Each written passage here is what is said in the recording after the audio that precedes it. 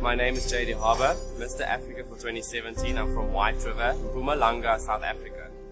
We are currently busy with the fashion show hosted at the Gabler Mall, where we are exhibiting various fashion designers' collections and just having fun on the runway. Perfect. What we do is we're trying to unite South African and the whole of Africa's fashion designers to promote their collections. We've got traditional wear, we've got extravaganza wear, we've got formal wear.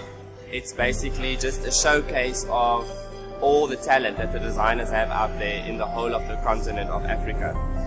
The people are extremely friendly. We are having a blast. We are being treated. We are just having fun. We've been sightseeing. We are truly blessed to be in the Kingdom of Swaziland.